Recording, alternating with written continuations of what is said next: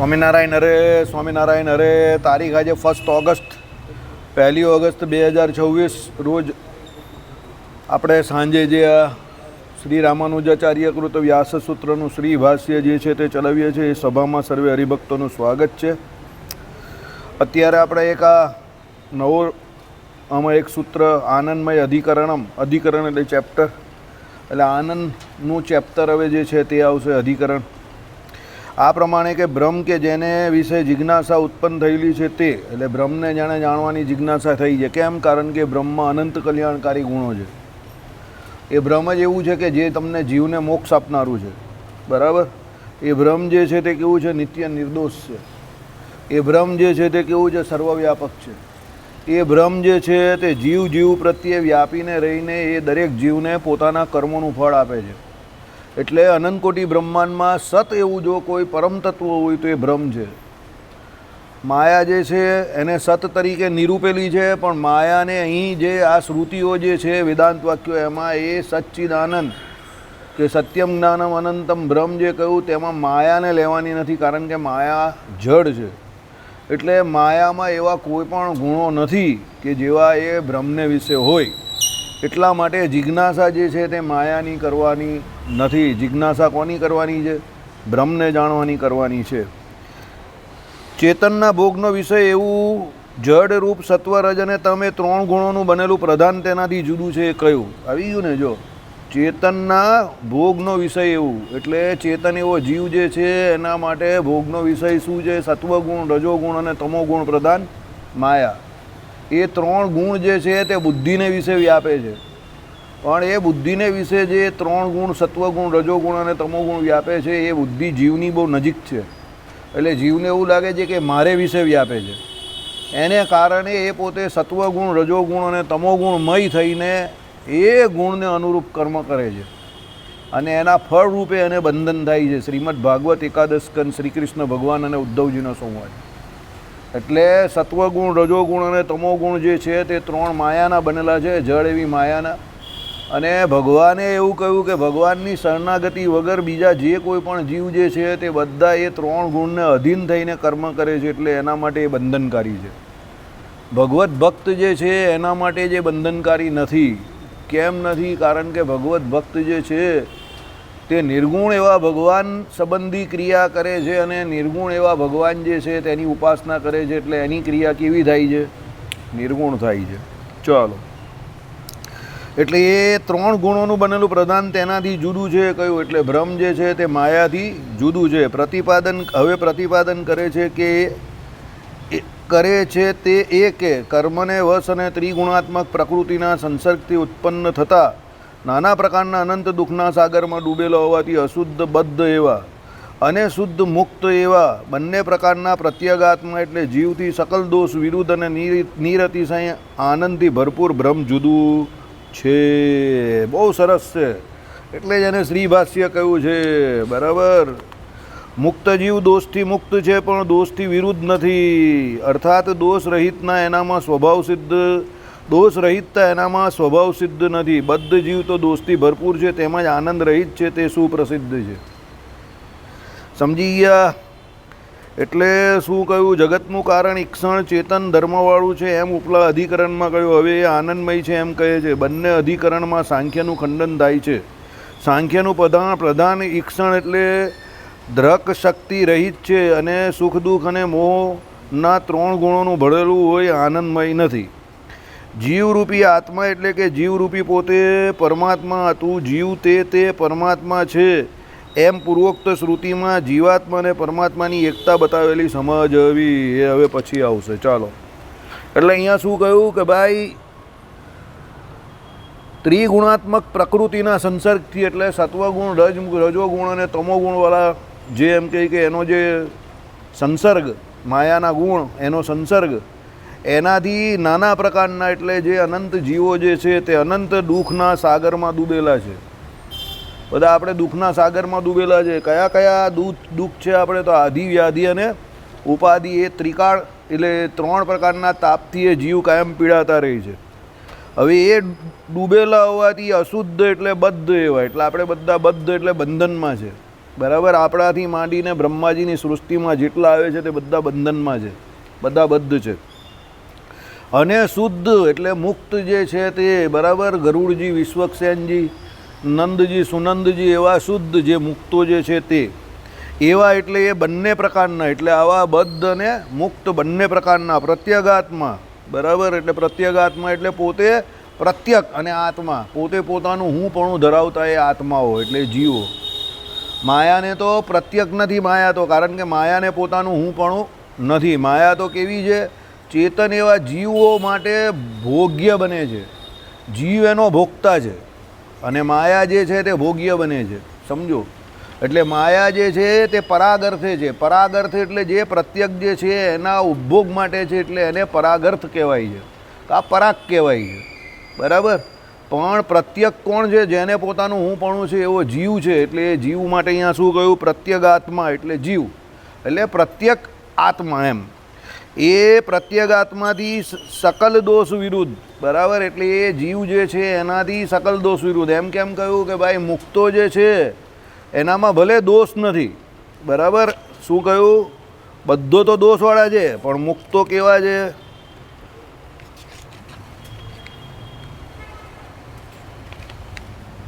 મુક્ત જીવ દોષથી મુક્ત છે, પણ દોષથી વિરુદ્ધ નથી. અર્થાત દોષ રહિતતા એનામાં સ્વભાવ સિદ્ધ નથી. સમજો. એ લોકો કહેવાય છે પોતે દોષથી મુક્ત છે, પણ દોષથી વિરુદ્ધ નથી એમ. બરાબર. એટલે મુક્તાત્મા તમને દોષથી બચાવી નહીં શકે. તમે એને દોષની વિરુદ્ધમાં મૂકી ન શકો. ભગવાન કેવા જે ઊભા રહી જાય તો તમને કોઈ દોષ નડે નહીં. બરાબર.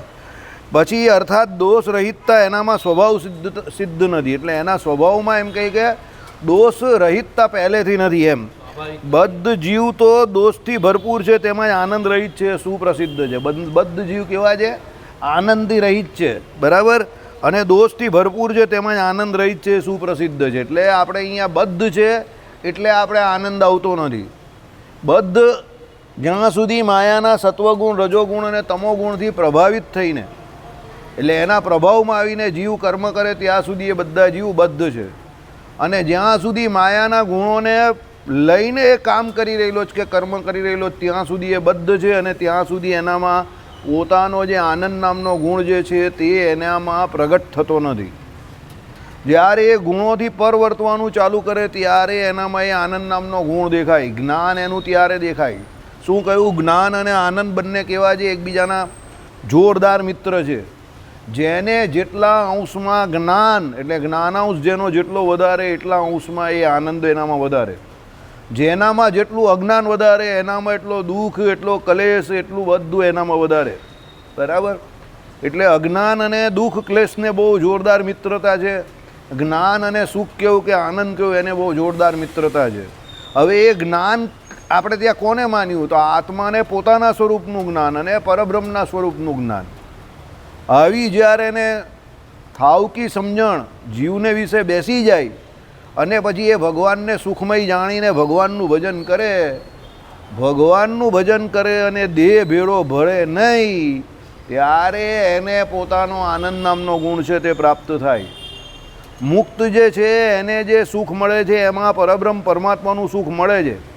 એની સાથે પેલી નિત્ય વિભૂતિનું સુખ મળે છે. અને ત્રીજું એને એના પોતાના સ્વરૂપનું સુખ મળે છે. એ કેમ મળે છે? કારણ કે એ માયાના 3 ગુણથી કાળ કર્મ માયાથી મુકાઈ ગયો, એટલે એને પોતાનું સુખ મળે છે. જીવ સુખી છે ખરો, પણ એના ગુણ જે છે અસ્તગુણો તે અત્યારે અપ્રકટ અવસ્થામાં છે. સમજો. પણ જ્યારે એ ભગવાનના ધામમાં જાય છે ત્યારે એ સત્યકામ, સત્ય સંકલ્પ, વિજરો, વિમૃત્યુ, વિજિગિત્સા, બરાબર, એ જે અષ્ટગુણ જે છે તે કેવા પ્રકટ અવસ્થામાં આવી જાય છે. એટલે એનામાં જે કોઈ પોતાના સ્વરૂપનું અને પરમાત્માના સ્વરૂપનું જ્ઞાન થવાથી એના પોતાના બધા સમર્થ સર્વશક્તિમાનપણાના, એટલે એના જે સત્યકામ, સત્ય સંકલ્પપણું જે છે તે એના બધા ગુણ એને પ્રાપ્ત થઈ જાય છે. એટલે એને પોતાના સ્વરૂપનો ત્યાં આનંદ આવે છે. સમજો. અહીંયા તો આનંદ આવે એવી કોઈ વસ્તુ જગ્યા જ નથી. કારણ કે માણસ કાયમ આધિ વ્યાધિ ઉપાધિમાં જ કંઈ ને કંઈ જીવતો હોય બિચારો, શું આનંદ ભોગવવાનો? અહીંયા બદ્ધ જીવ માટે અહીંયા ચોખ્ખું જ લખેલું છે કે એને આનંદ નહીં મળતો. બરાબર. એટલે ચાલો, હવે તો આણે પણ કહી દીધું એટલે તો હવે કંઈ વિરોધ નથી. બરાબર. અત્યાર સુધી મને આનું કોઈ શાસ્ત્રોક્ત પ્રમાણ એવું મળતું નહીં હતું કે જીવ જ્ઞાન અને આનંદવાળો છે તો એને એના જ્ઞાન અને આનંદના સ્વરૂપનો અહીંયા લાભ કેમ નહીં મળતો. મને એનું શાસ્ત્રોક્ત પ્રમાણ અત્યાર સુધી જડતું નહીં હતું, પણ આજે મળી ગયું કે બધો હોવાથી માયાના દોસ્તીએ ભરપૂર છે એટલે એને એનું જ્ઞાન અને આનંદવાળો જે લાભ જે છે તે મળતો નથી. બરાબર. ચાલો, નિરતિશય આનંદથી ભરપૂર છે એટલે ભગવાન જે છે તે નિરતિશય આનંદથી ભરપૂર છે. એટલે હવે અહીંયા આમાં શું આવશે ખબર? આગળના જે કોઈ એમ કહે કે ઉપનિષદ વાક્યો હતા એમાં શું સાબિત કર્યું કે બ્રહ્મ જે છે તે માયા જ નથી, એટલે જે સત જે છે તે માયા નથી એમ કરીને સાંખ્યનું ખંડન કર્યું ને હવે અહીંયા આત્માવાદનું ખંડન કરશે કે જીવ અને આત્મા એટલે આત્મા અને પરમાત્મા જે એક છે કે એ આત્માને સુખમય કયો એનું અહીંયા ખંડન કરશે કે ભાઈ એ આત્મા જે છે તે પરમાત્મા નથી, એમ એ આત્મા જુદો છે અને પરમાત્મા જુદા છે એવું આવશે. હવે એક એક કરીને બધા વાદોનું ખંડન કરીને પરમાત્માને એક નિર્વિવાદપણે મુખ્ય તત્વ તરીકે વિશિષ્ટાદ્વૈત વેદાંત જે છે તે પોતે અહીંયા આરૂઢ કરશે અને પ્રતિપાદન કરશે. જો આવી ગયું પૂર્વ પક્ષ આનંદમય તે સારી રાતમાં. બરાબર. એટલે શું કહ્યું કે ભાઈ સારી રાતમાં. બરાબર, એ કહ્યું. હવે ચાલો આ પૂર્વ પક્ષ આવશે. બરાબર. એટલે અહીંયા આત્માને શું કહે છે? આનંદમય કહે છે. બરાબર. પછી એના ઉત્તર પક્ષમાં એવો જવાબ આવશે કે ભાઈ એ આનંદમય જે છે તે કોને? આત્માને નહીં કહ્યો પણ પરમાત્માને કહે છે. પેલા કોષમાં પણ આવે છે ને. બરાબર. અન્નમય બ્રહ્મ આવે છે, મનોમય બ્રહ્મ આવે છે, પછી વિજ્ઞાનમય બ્રહ્મ આવે છે, પ્રાણમય આવે, પછી વિજ્ઞાનમય આવે અને છેક છેલ્લે આનંદમય બ્રહ્મ આવે. બરાબર. હવે એમાં અન્નમય બ્રહ્મ પહેલાં કેમ કહ્યું? તો ભાઈ શરીરને ટકાવવા માટે ભગવાને કહ્યું ને એ પ્રમાણે અન્ન જે છે તે સૌથી વધારે કામનું છે. અન્ન દ્વારા શરીર ટકે છે. પછી અન્ન પછી પ્રાણ, પછી એટલે અન્ન પછી મન, મન પછી પ્રાણ અને પ્રાણ પછી શું છે? સીધું વિજ્ઞાનમય એટલે આત્માને કયો ત્યાં. અને એ બધાના ઉપરી તરીકે હકીકતમાં વાસ્તવિકતામાં કોઈ આનંદમય હોય તો એ શું છે? બ્રહ્મ છે, ભગવાન છે. એટલે એક એકથી ચડિયાતું એક એક છે. જીવ જ્યારે દેહની પોતાની સ્થિતિમાં હોય, સમજો, એટલે જીવ જ્યારે પોતે દેહને વિશે વર્તતો હોય ત્યારે એના માટે આનંદમય શું છે? અન્ન છે ને આપણા માટે અન્ન જ. પછી અન્નથી આગળ જરા વિચારતો થાય ખાધે પીધે સુખી હોય એટલે મનોમય બ્રહ્મ પર પહોંચે. આ એની સ્થિતિ છે. પછી એને મનથી સુખ હોય તો સુખ લાગે. જોજો સામાન્ય રીતે શું હોય? જે ખાધે પીધે સુખી હોય પણ મનથી સુખી નહીં હોય એટલે મનોમય બ્રહ્મ. પછી એનાથી જરા આગળ જાય તો પ્રાણવાયુ જે છે તેનાથી સુખી થવો જોઈએ એટલે પ્રાણ એટલે પ્રાણમય બ્રહ્મ જે કહ્યું તે. એનાથી આગળ જાય તો પછી વિજ્ઞાનમય એટલે આત્મા સુધી પહોંચી ગયો હવે. અને પછી એનાથી આગળ જાય તો એને ખબર પડે ના આત્મા પણ એટલો સુખી નથી, સૌથી વધારે આનંદમય તો શું છે? બ્રહ્મ છે. કોના સંવાદથી આ વાત કરેલી છે ખબર છે ને તમને? આગળ આપણે વાત કરેલી આખી અહીંયા ચર્ચા કરેલી છે યુટ્યુબ ઉપર, આખો જોરદાર એ આવો અવેલેબલ છે. તમને કહું શુક્રાચાર્યના બાપુજી કોણ? ભૃગુ. ને ભૃગુના બાપુજી કોણ? ભૃગુના બાપુજી જે હતા ને એમણે ભૃગુને આ સવાલ કરેલો અને ભૃગુ હતા એ પછી એને કહ્યું તપ કર તો પછી એ ભૃગુ આ પ્રમાણે એક એક કરીને બોલતા ગયેલા. પહેલાં એણે અન્નમય બ્રહ્મ કહ્યું, તે કંઈ પાછો તપ કરવા જાય જંગલમાં, પાછા જાય છે. પછી છેક છેલ્લે એને ખબર પડી આનંદમય બ્રહ્મ પર છેક છેલ્લે આવે છે. એને મોકલ્યા જ કરે જા, હજુ તો નહીં પહોંચ્યો, હજુ તપશ્ચર્યા કર. બરાબર. એટલે એ પ્રમાણે આખો આ ઉપનિષદમાં જ કોઈ આખી વાત છે. પછી એ કોષમાં આખી લીધેલી જ આ લોકોને ભણવામાં આવે છે. બરાબર. એટલે આત્મા જે છે તે પણ પૂરેપૂરો આનંદમય નથી. આમાં આવી ગયું ને બદ્ધ અવસ્થામાં તો આત્મા આનંદમય છે જ નહીં. સમજો, એ તો અહીંયાથી મુકાય માયાથી, સત્વ રજ અને તમ એ 3 ગુણમાંથી એ મુકાય પછી જે આનંદમય એનો લક્ષણ એને પ્રાપ્ત થાય. ચલો પહેલાં પૂર્વ પક્ષ જોઈએ. તૈત્રીય શાખાવાળાઓની સવાય સ પુરુષો અન્ન રસમય આવી ગયું ને જો. બરાબર. તૈત્રીય ઉપનિષદ આનંદ તે આ પુરુષ અન્ન રસમય એમ પ્રકરણ ચલાવી. બરાબર. અન્ન ને રસમય જો આવી ગયું ને, અન્નથી શરૂ થયું ને. બરાબર. આવી રીતે લિંક મળે શાસ્ત્રોની. સમજો, શાસ્ત્રોની લિંક જે છે ને તમને આવી રીતે મળે. તમારી સમજણ આવી રીતે ચેક થાય. હું અત્યારે કંઈ ઘરેથી વાંચીને નથી આવ્યો, મને તરત આ જેવું આનંદમયવાળું આવ્યું એટલે પેલું કોષવાળું આપણે અહીંયા ચલવેલું ને પેલા બોર્ડ ઉપર લખેલું તો મને યાદ આવ્યું તરત જ. એટલે તરત લિંક આવી રીતે થાય. શાસ્ત્ર હંમેશા એકબીજા જોડે કોઓર્ડિનેટ કરવા પડે. તમારું કોઓર્ડિનેશન થઈ જાય ને તો પછી બહુ ઇઝી થઈ જાય. એમાં કંઈ એવું કંઈ છે નહીં કે ન સમજ પડે. આ ફિલોસોફી છે, વન ટાઈપ ઓફ ફિલોસોફી. તમે એની પર ધ્યાન આપો અને શાંતિથી એને વાંચો કે સમજો. આને વાંચવા કરતાં પણ તમે સાંભળો ને તો બહુ મજા આવે. કોઈ સારો વ્યક્તિ હોય એની પાસે સાંભળો તો બહુ મજા આવે. ચાલો, એટલે શું કહ્યું? તે આ પુરુષ અન્ન રસમય એમ પ્રકરણથી ચલાવી. ભાઈ આ પુરુષનું આ જે શરીર જે છે તે કેનાથી ચાલે છે? અન્ન અને રસથી પહેલાં શરીર ચાલે છે ને, એટલે અન્ન રસમય. ત્યાંથી તસ્માદ્વા એ તસ્માદ્વી જ્ઞાનમય આનંદયો અંતર આત્મા આનંદમય તૈત્રીય આનંદ 1:5:2 તે આ વિજ્ઞાનમયથી ભિન્ન અને અંદરનો આત્મા તે આનંદમય છે. શું કહ્યું? તે આ વિજ્ઞાનમયથી ભિન્ન, અહીંયા આવું કહ્યું, અને અંદરનો આત્મા તે આનંદમય છે. એટલે શું કહ્યું? એવી શ્રુતિ છે ત્યાં સંદેહ થાય છે કે આ આનંદમય તે બંધ અને મોક્ષ પામતો પ્રત્યેગાત્મા જે જીવ શબ્દથી કથાય છે. બરાબર? એટલે શું કહ્યું અહીંયા? તે આનંદમય તે શું છે? બંધ અને મોક્ષને પામતો. એટલે એને બંધન પણ થાય છે અને એ પોતે મોક્ષને પણ પામે છે. એ કેવો છે? પ્રત્યેગાત્મા જીવ છે. પ્રત્યેગાત્મા એટલે કેવો? પ્રત્યેક એટલે પોતે પોતાનું હું પણ ધરાવતો. અને આત્મા એટલે શું છે? કે ભાઈ એ પોતે જે કોઈ વિષય જે છે તેને એ ગ્રહણ કરે છે, એટલે એ કર્તા છે અને એ ભોગતા છે. ત્યારે માયા એના માટે શું છે? ભોગ્ય છે. હવે સમજો, બહુ વિચિત્રતા છે વાતની. વિશિષ્ટા દ્વૈત વેદાંત પ્રમાણે તમે જોવા જાઓ ટેકનિકલી તો ભગવાન માટે આપણે ભોગ્ય, એટલે આત્મા ભોગ્ય અને માયા જે છે તે પણ એનું શરીર છે. ભગવાનને એના ઉપભોગની કંઈ પડેલી નથી, પણ ભગવાન આગળ તો એ ભોગ્ય જ છે. સમજો. પણ જ્યારે તમે મંદિર આવો તો તમે શું ગાઓ છો? વાલા એ રસના ચાકન હાર છાસ તે નવ પીવે રે લોલ. તો ભગવાન આપણા માટે ભોગ્ય છે. આઈડિયા આવે છે? કારણ કે તમે ભગવાનને શું કહ્યા?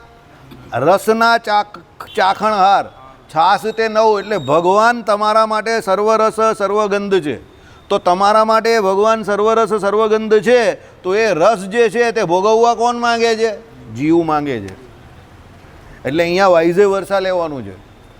શાસ્ત્રોક્ત દ્રષ્ટિએ જોવા જાય તો આપણે બંને એટલે માયા અને જીવ, એ બંને ભગવાન માટે શું છે? ભોગ્ય છે. સમજો. અને ભગવાન શું છે? એના ભોગતા છે.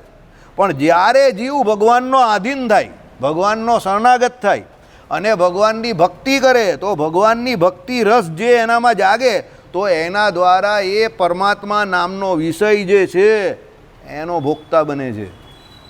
એ પરમાત્મા નામનો વિષયનો ભોગતા બને તો મધ્યના 13મા વચનામૃતની જેમ શું થાય? પછી પંચ વિષય એને જીતવા પડે નહીં, સહેજે સહેજે જીતી જાય. કેમ?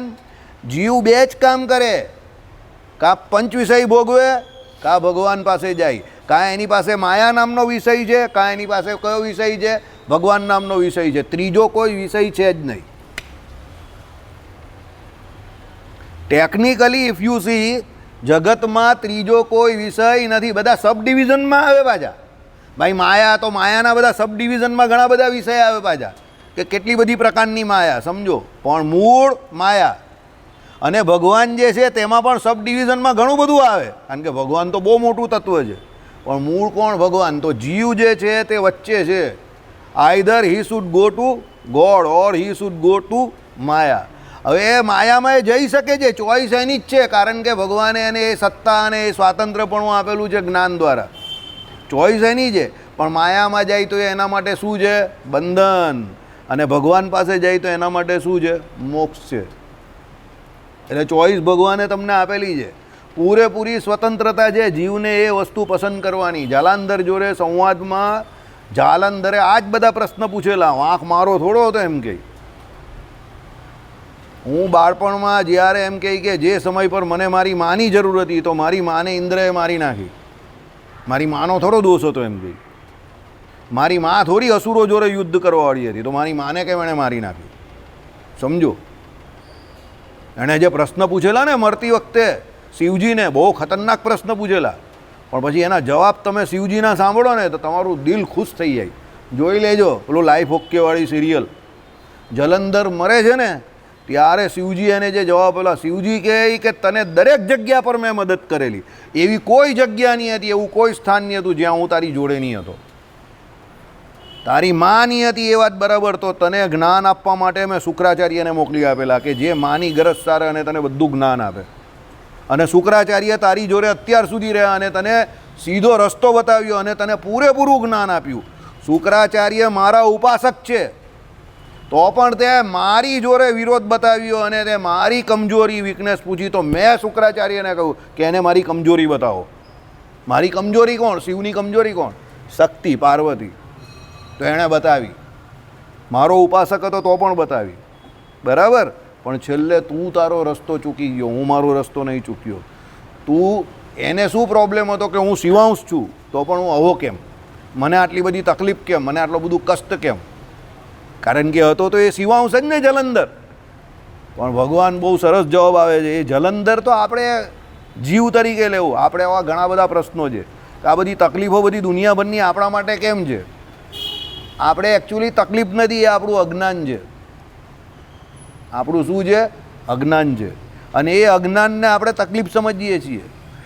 જ્યારે તમે એ પરમાત્મા પુરુષોત્તમ નારાયણની શરણે જાઓ ત્યારે ભગવાન તમારું ધીરે ધીરે અજ્ઞાન દૂર કરે જ છે.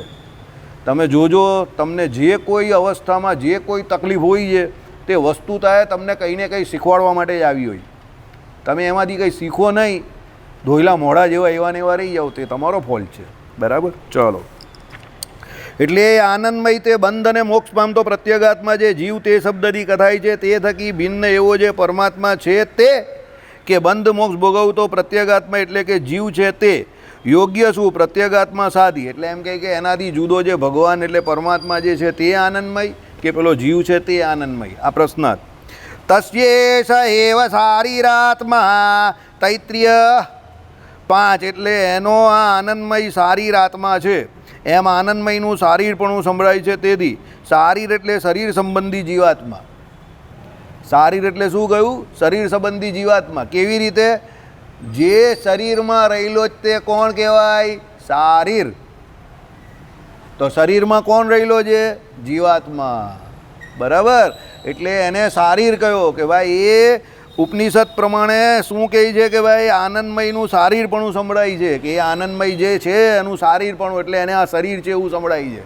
તો એ શરીરને વિશે કોણ રહેલો છે? જીવ રહેલો છે. એનું શારીરપણું સિદ્ધ થાય છે. આ પૂર્વ પક્ષ છે. હવે આત્મા આવશે, આનંદમય તરીકે આત્માને સાબિત કરવા જશે, બરાબર. આમાં મજા જ આ છે. બાથમ બાથી, કુસ્તમ કુસ્તી, મગજ એલર્ટ રાખવાનું, મજા જ આવે. પેલો માયાવાળો આવ્યો, હવે આત્માવાળું આવશે, બધું બહુ આવશે, મજા જ આવશે. ચાલો, એટલે શું કહ્યું? આ સામે શંકા આવશે કે જગતના કારણ તરીકે પ્રતિપાદત જે પરબ્રહ્મ તે સહેલાઈથી સમજવામાં આવે તે માટે અન્નમય વગેરેને એક પછી એક લઈને જો આવી ગયું ને, એ જ જગતના કારણને આનંદમય કયો છે. આવી ગયું ને? આપણે જે વાત કરી દે, પહેલું શું આવે? શું કહ્યું? કે જગતના કારણ તરીકે પ્રતિપાદન જ્યારે કરવાનું હોય તો બ્રહ્મને સમજવા આવે તો એમાં સહેલાઈથી પહેલાં શું લીધું? પહેલું લીધું અન્નમય, પછી એક લઈને એ જગતના કારણને આનંદમય કયો. તો અન્નમય બ્રહ્મ, પછી કયો બ્રહ્મ? મનોમય બ્રહ્મ, પછી કયો બ્રહ્મ? પ્રાણમય બ્રહ્મ, પછી કયો બ્રહ્મ? વિજ્ઞાનમય બ્રહ્મ, ને પછી કયો બ્રહ્મ? આનંદમય બ્રહ્મ. તે આનંદમય બ્રહ્મ જે છે તે જગતનું કારણ છે. સમજી ગયા? એ આનંદમય બ્રહ્મ કોણ? પરબ્રહ્મ તત્વ જે છે તે છે. ચલો, એટલે ઓકે, એ જ જગતના કારણને આનંદમય કયો. અને જગતનું કારણ તદેક્ષત, એટલે તેણે ઈક્ષણ એટલે વિચાર કર્યો. એમ ઈક્ષણ વિચારનું શ્રવણ થતું હોવાથી સર્વજ્ઞ સર્વેશ્વર પરમાત્મા છે એમ કહેલું છે. એટલે જગતનું કારણ કોને કહ્યું છે? તદેક્ષત, એટલે જે પોતે સૃષ્ટિ કરવાનો સંકલ્પ કરે છે, વિચાર કરે છે, એ પરબ્રહ્મને કયા છે? એ સર્વેશ્વર છે. અર્થાત આનંદમય શબ્દ પરમાત્માને લાગુ પડે છે. આ શંકાનો ઉત્તર કે જગતનું કારણ સર્વજ્ઞ સર્વેશ્વર પરમાત્મા છે એમ કહ્યું તે ખરું, પણ તે જીવ થકી જુદો નથી. આવી ગયું ને? મેં તમને કહ્યું ને કે હવે અહીંયા જીવ અને પરમાત્માની એકતા સાબિત કરવા જશે. આત્મા સો પરમાત્મા, આખો વાદ ચાલે છે સંસારમાં. આ પણ બહુ મોટો વાદ છે કે ભાઈ આત્મા સો પરમાત્મા, સો અહમ, બરાબર. એટલે શું છે? આત્મા છે તે જ પરમાત્મા છે. આત્માથી જુદો કોઈ પરમાત્મા આ દુનિયામાં નથી, એવો મત છે. આપણે ભલે નહીં માનતા પણ એવો મત છે. ફિલોસોફી બધાની હોય, શાંતિથી સાંભળવાની, આપણી સમજી લેવાની, બીજાની સાંભળવાની અને પછી શાંતિથી એને છોડી દેવાની. ચલો, એટલે શું કહ્યું કે ભાઈ પણ તે જીવ થકી જુદો નથી, કેમ કે અનેના જીવેનાત્માના અનુપ્રવિશ્ય તત્વમસી શ્વેતકેતો. આ શ્વેતકેતો અને ઉદ્દાલક મુનિવાળો આવ્યા જ કરશે, કારણ કે જ્ઞાનના સવાલમાં આ બંને બહુ ખતરનાક હતા, ઉદ્દાલક મુનિ અને શ્વેતકેતુ. શ્વેતકેતુને ઉદ્દાલક મુનિ જ્ઞાન આપે છે, બરાબર, અને ત્યાં જ આ બધી ચર્ચા થાય છે, બરાબર. ચલો, આ જીવરૂપી આત્મા વડે અંદર પ્રવેશ કરી હે શ્વેતકેતુ તે તું છે, બરાબર. એટલે ઉદ્દાલક મુનિએ કોને કહ્યું આ જ્ઞાનમાં? શ્વેતકેતુને કહ્યું. શું કહ્યું કે ભાઈ આ જીવરૂપી આત્મા વડે અંદર પ્રવેશ કરી, બરાબર, હે શ્વેતકેતુ તે તું જ છે, બરાબર. એટલે આ જીવરૂપી આત્મા વડે અંદર પ્રવેશ કરી તે શ્વેતકેતુ તે તું જ છે એવું કર્યું. પણ આનો હકીકતમાં અર્થ શું થાય છે ખબર તમને? એ જીવરૂપી આત્માની અંદર શરીરી તરીકે જે પરમાત્મા રહ્યા છે એની વાત કરેલી છે. તે તું જ છે એમ જે કહ્યું તે કોને કહ્યું છે? કે પેલા પરબ્રહ્મ જે કારણ અવસ્થામાં હતા તે જ પરબ્રહ્મ અત્યારે કાર્ય અવસ્થામાં પણ તાની અંદર રહ્યા છે, તેને તે તું જ કહ્યા છે, બરાબર. ચલો, એ શ્રુતિઓમાં જે પરમાત્માને જગતના કારણ તરીકે બતાવ્યો છે તેની સાથે જીવનું સમાન અધિકરણીય દર્શાવ્યું છે. પાછું સમાન અધિકરણીય ન્યાય આવી ગયો, બરાબર. એટલે શું કહ્યું કે આ બધી શ્રુતિમાં પરમાત્માને જગતના કારણ તરીકે તેનું જીવની સાથે સમાન અધિકરણીય. જીવની સાથે સમાન અધિકરણીય એટલે શું કહેવા માંગે? જીવ અને પરમાત્મા જુદા નથી. સાંભળો હવે કેવી રીતે. એક, જીવરૂપી આત્મા એટલે કે જીવરૂપી પોતે પરમાત્મા. તું જીવ તે પરમાત્મા છે એમ પૂર્વોક્ત શ્રુતિમાં જીવાત્મા અને પરમાત્માની એકતા બતાવેલી સમજવી. શું છે પૂર્વ પક્ષ? શું કહે છે? જીવાત્મા અને પરમાત્માની એકતા. એ કહે છે ખરો કે ભાઈ જગતનું કારણ કોણ છે? એ પરમાત્મા જ છે. એ એમ પણ કહે છે કે આનંદમય જે છે તે જ જગતનું કારણ છે. એ એમ પણ કહે છે તદેક્ષત, એટલે એ જ સંકલ્પ કરે છે. કયો? હું બહુરૂપે થાઉં, કે આ સૃષ્ટિ કરું, બધું એ જ કરે છે. પણ એ પોતે જીવથી જુદો નથી, બરાબર. માને બધું એવું જ છે પણ એને જીવથી જુદો એ લોકો માનતા નથી. ચલો, સમાન અધિકરણીય એકત્વનું પ્રતિપાદન કરે છે, બરાબર. અહીંયા શું કહ્યું? સમાન અધિકરણીયમાં આ લોકોએ એકત્વનું પ્રતિપાદન કરે છે. જેમ કે તે આ દેવદત્ત છે, તે આ દેવદત્ત છે, તે એ વાક્યમાં તે અને આ એ બે પદોનો સમાન અધિકરણીય સંબંધ છે. તેથી એ બે પદના અર્થની એકતા છે. સમાન અધિકરણીયના વિવેચન માટે જુઓ ચતુસૂત્રી.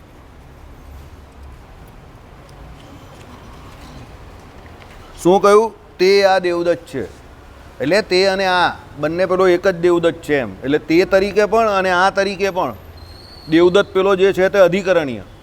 અધિકરણીય એટલે શું? આધાર. તે કોનો? તે અને આ બંનેનો એમ.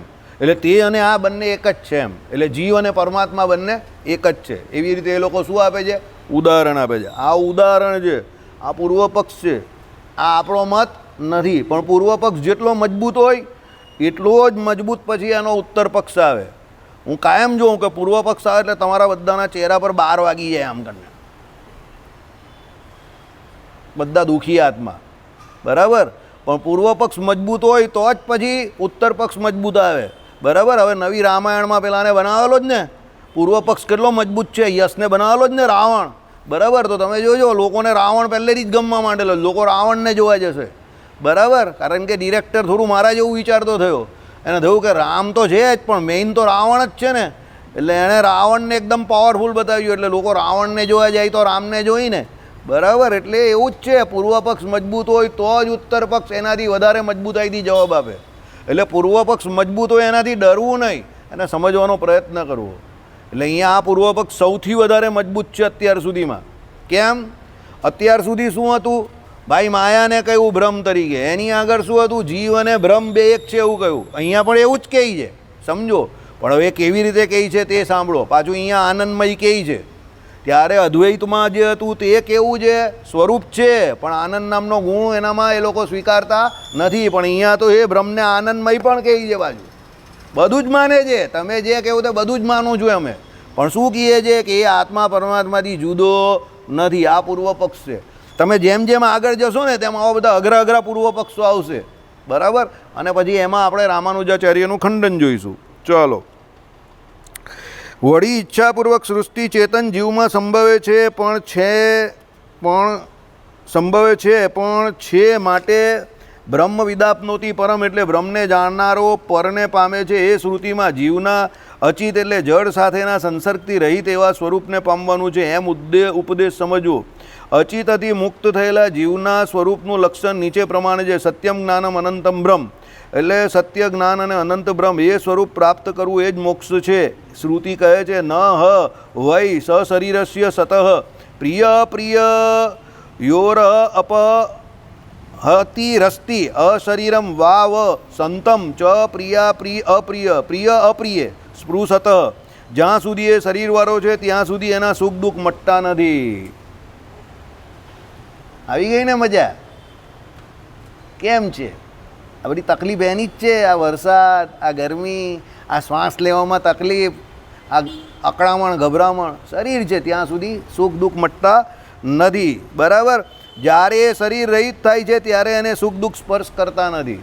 એટલે આ શરીર એનું છૂટી જાય એટલે ભાઈ સુખ દુઃખ એને અડે નહીં. બરાબર? એટલે મુક્ત અવસ્થા માટે જીવનું અવિદ્યા રહિત સ્વરૂપ તે પ્રાપ્ત કરવાનું છે એમ શરૂ કરી એ જીવ આનંદમય છે એમ ઉપદેશ કર્યો છે. આ રીતે આત્માનું સ્વરૂપ બતાવવા માટે શાખા ચંદ્ર ન્યાયે અન્નમય પુરુષ તૈત્રીય ઉપનિષદ સમય થઈ ગયો ને, જીગનને જ જોવાનું હોય. અન્નમય એમ પ્રથમ શરીર બતાવ્યું છે, પછી પ્રાણમયો. ચાલો આ તો આખું અન્નમય ને પ્રાણમય ને બધું આવે છે. આવતીકાલે શરૂ આને સમજશું. એક લાઇનમાં સમજી ગયો અત્યાર સુધી જે ચાલ્યું તે. અહીંયા સત્યમ જ્ઞાનમ અનંતમ બ્રહ્મ જે કહ્યું તે આપણે પેલા પરબ્રહ્મને કહીએ છીએ. આ લોકો અહીંયાથી જે જીવ મુક્ત થાય એને કહે છે. કેમ? કારણ કે અહીંયા શરીરને કારણે અહીંયા બધી એને તકલીફ છે, પણ ત્યાં જાય એટલે શરીરથી મુકાઈ જાય છે એટલે એને સુખ દુઃખે રહિત થઈ જાય છે અને ત્યાં એને પોતાના સ્વરૂપની પ્રાપ્તિ થાય છે. એટલે સત્યમ જ્ઞાનમ અનંતમ બ્રહ્મ થઈ ગયું.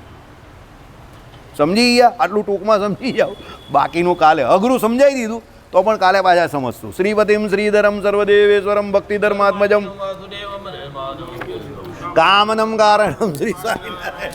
મજા આવે.